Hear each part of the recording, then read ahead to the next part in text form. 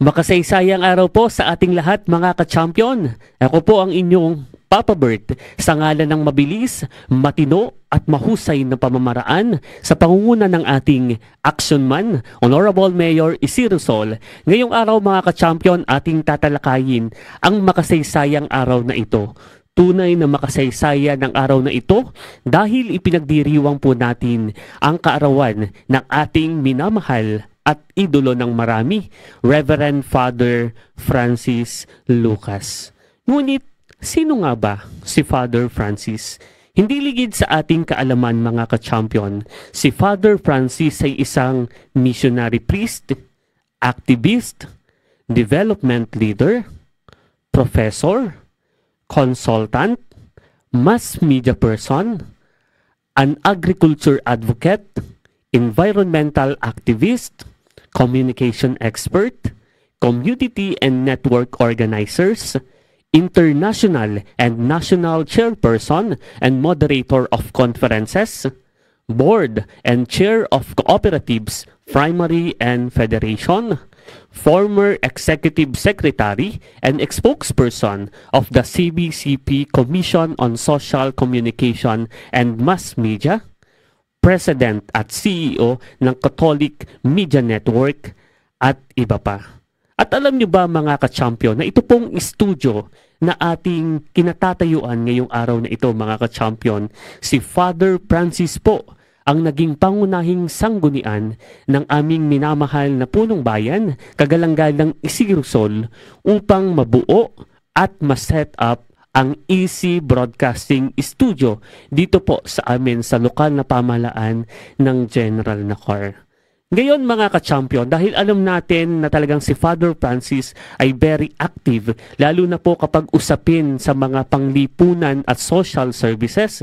Ngayon mga ka-champion, alamin naman natin ang ilang mga trivia na hindi pa natin marahil alam kay Father Francis. Halimbawa, alam niyo ba mga ka-champion na noong una kong nakita si Father Francis Lucas, akala ko po talaga ay isa siyang foreigner dahil sa ganda ng kanyang kutis at pagiging tisoy.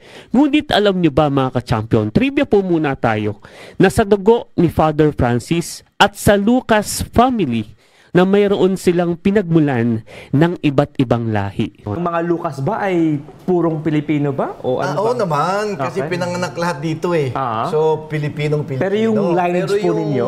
Yung dugo ay may Spanish. Wow! ¿Cómo está, padre? Muy bien. Muy bien. Hola. Wag lang yung isa. Anyway, yung pangalawa ay yung, siyempre, Malay. Yan ang pinakamalaking percentage. Okay. At yung pangatlo, Chinese. Oh. Kaya hindi lang marunong mag-Chinese, hindi marunong. Father Francis C. Yeah. Dion ba? ABC. Ngayon naman, trivia naman tayo mga ka-champion sa katangian ni Father Francis. So ano ba yung mga likes o gusto ni Father Francis at ang dislike o yung ayaw niya ni Father Francis? Unahin po muna natin, trivia muna tayo mga ka-champion. Ang mga likes o gusto ni Father Francis. Una, alam niyo ba mga ka-champion na ang pinakang gusto o hilig ni Father Francis ay ang makinig ng musika. Ikalawa na gusto niya mga ka-champion or like ng ating po minamahal na Father Francis, siya po ay mahilig magbasa ng mga libro. Reading books. Ikatlo, alam niyo ba mga ka-champion na si Father Francis Lucas ay isa sa kanyang mga gusto ay to play guitar and piano. Tama po yun mga ka-champion. Si Father Francis po ay naggigitara at nagpapiano. Sa katunayan, meron po tayong nakalap na mga larawan at makikita po ninyo ito sa ating screen.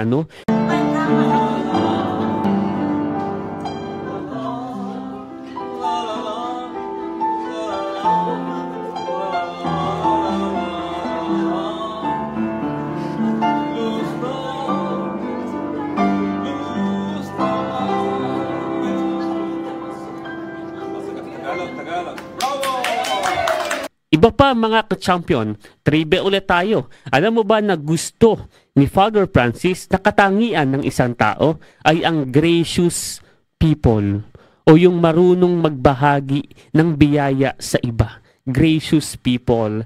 So mapagbiyaya na tao. Dahil alam naman natin mga ka-champion, yan din yung isa sa katangian ni Father Francis. Mabiyaya po siya sa iba. Hindi siya nagdadamot ng blessing, kundi ipinapamahagi niya ang blessing galing sa ating Panginoon. Ano pa po mga ka-champion?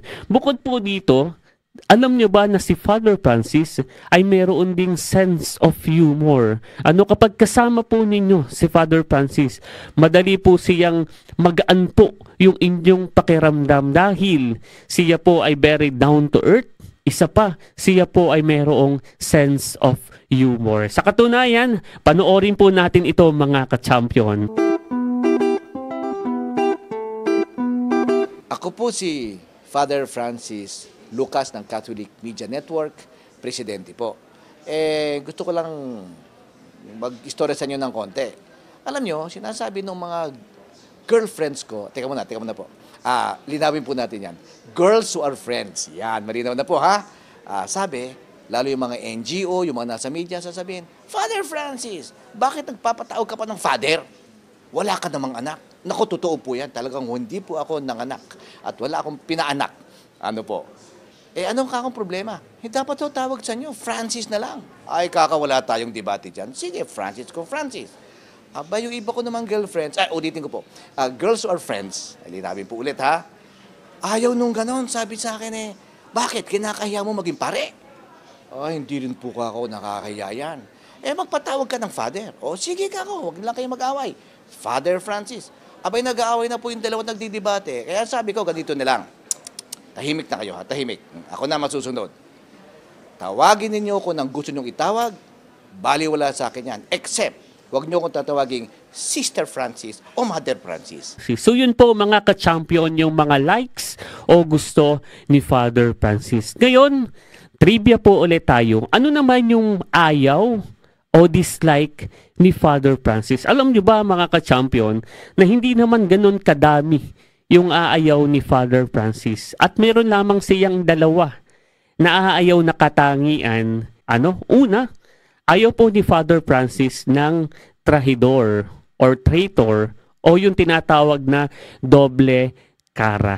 Ayan. Tama po yun mga ka-champion dahil kahit sino naman po, kahit ako o kahit ikaw, ayaw po natin ng traitor o yung trahidor o yung doble cara.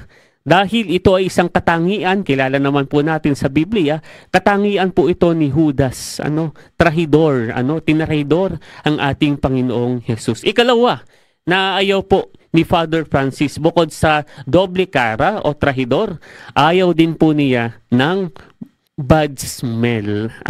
Sa bad smell mga ka-champion, dahil kapag nga naman tayo ay pupunta o makikisalamuha sa ibang mga tao, dapat tayo ay very hygienic, tayo ay mabango at presentable dahil sa atin nagre-reflect ang imahe ng ating Panginoon. So ito po mga ka-champion yung ilan sa mga trivia patungkol kay Father Francis.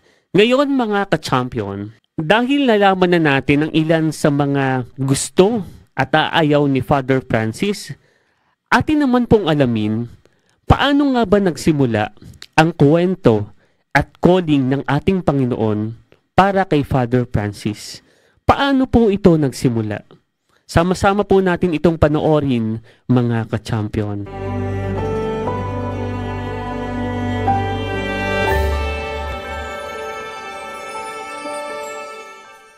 When I was young, I wanted to become a pilot because for me it's so challenging. Imagine being the pilot of a plane with hundreds of people behind you, you're responsible for their lives. One mistake, they die, you die. You're responsible for many lives. But one day, while we were driving, going to the airport, my dad works at the airport in one of the big firms. He said, I asked, Dad, what's this? It looks like a fortress. Shut up, he says. It's not a fortress. It is a seminary. And only people very much willing to face a challenge can pass one. And there, I got a challenge to enter that seminary, and I was accepted. And then I started joining the missions with the missionary priest in the Bundoks. I saw a beautiful girl, there, and she was raped and shot dead. We were not there when that happened. I felt so helpless. How can we help them? I'm just a young guy. That was, I think, one of the triggers that I told myself, only a priest can help them. Because we have no fears of dying. We have no family to be responsible of, but your responsibility is everybody. So that developed my vocation. So after I finished my theology, I volunteered for the mission, even if I am a secular priest. There also I met farmers, the church of the poor, languishing in fear and poverty. And only a priest like me and others, willing to sacrifice for them, will survive with them. And they start to see the face of Christ in the priests. Very challenging. Maraming salamat po, Father Francis, sa iyong napakahusay na pagninilay at pagbabahagi ng inyo pong kwento patungkol sa naging calling ng Panginoon sa inyo pong buhay. At napakarami pong buhay, Father Francis, ang inyo pong ibiniles at iginaid para makakilala sa ating Panginoong Jesus. Sa inyo pong kaarawan, Father Francis, naaalala ko po yung isang mahalagang tanong na galing po sa inyo. At yung tanong po na iyon ay, bakit nga ba tayo patuloy na binubuhay ng Diyos at binibigyan ng birthday after birthday after birthday ng ating Panginoon? At ito po yung inyong naging kasagutan. Bakit ba tayo patuloy na binubuhay ng Diyos? Birthday after birthday after birthday. Para. Nabubuhay tayo para sasabihin sa pamilya, sa minamahal, sa mga kamag-anak, sa pananagutan mo sa bayan. Oo, lahat yun. Pero ang pinakamahalaga na bubuhay tayong patuloy para sa Diyos. Ang mensaheng ito ay hindi ko po makakalimutan dahil ito po yung naging mensahe ninyo sa amin pong minamahal na Mayor Isidro Sol noong kanya pong kaarawan. Patuloy tayong binubuhay ng Diyos para magbigay ng kaluwalhatian sa Kanya. At ang buhay po ninyo, Father Francis, ang naging konkretong patunay na ang tao ay maaaring magbigay ng kaluwalhatian sa ating Panginoon. Happy birthday po, Father Francis, at narito po ang tula na alay namin para sa iyo.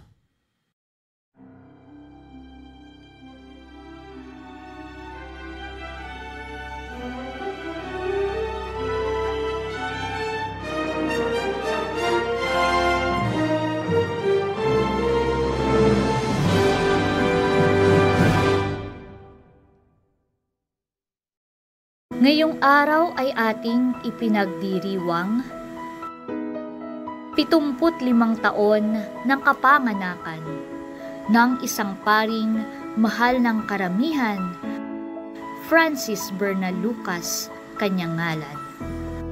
Noong kanyang kabataan, ang kanya raw pangarap maging isang piloto at lumipad sa gitna ng alapaap.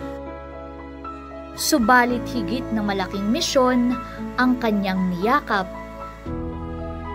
Kaligtasan ng kaluluwa ang kanyang hinanap. Itong si Father Francis talaga nga namang paring astig. Bawat tipa ng gitara niya, hatid ay musika't himig. Kahit saan nararating, sakay ng motorsiklong hilig. Kaya't di nakapagtataka, marami ring napaibig. Mga kababaihay, tunay ngang nanghinayang. Nang ang poging gaya niya'y naglingkod sa simbahan. Artistahin ang datingan, celebrity ang pormahan. Ngunit pangako sa Diyos ang kanyang pinanindigan. Bukod sa kagwapuhan, kilala rin sa kahusayan. Mga humiliyang binitawan, maraming pusong tinamaan. Aklat na kanyang isinulat, bawat aral tumatatak. Mga organisasyon at grupong hawak, pawang tagumpay lahat. Catholic Media Network, siya rin ang Pangulo. Community-based radio na abot saan mang dako. Sa bawat programang isinasahim papawid, banal na salita ng Diyos, kanyang laging hatid. Sa dami ng kanyang nagawa, kulang nga ang isang tula. Kung buhay niya'y ilalaraw ay hindi sapat mga salita. Siya'y isang leader, broadcaster, mentor, at tunay na kaibigan. Higit sa lahat, siya'y mananatiling pari magpakailanman. Kaya't Father Francis, ngayong inyong kaarawan, kami nagpapasalamat sa iyong kabutihan. Ang aming tanging panalangin, mabuti mong kalusugan, sa landas na tatahakin pa, ikaw naway pakaingatan. Maging inspirasyon ng marami ang buhay mong inilaan sa pagpapatuloy ng misyong sinimulan. Salamat po sa iyong pagbibigay kahulugan sa tunay na paglilingkod sa Diyos at sa bayan.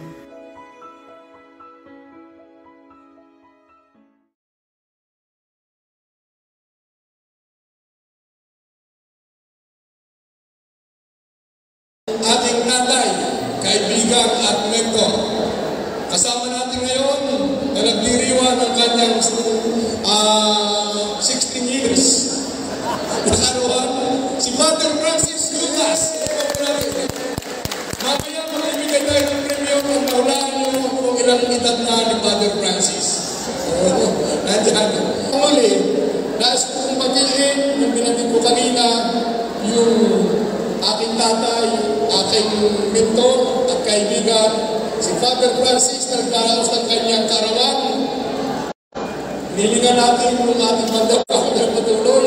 Sana awitan natin ang happy birthday natin. Ayan, syempre may nag-celebrate po ng birthday ngayong gabi. And we would like to sing him a happy birthday, of course, none other than... Of course, the President of the Catholic Media Network, Father Francis Lucas. Happy birthday! Happy birthday,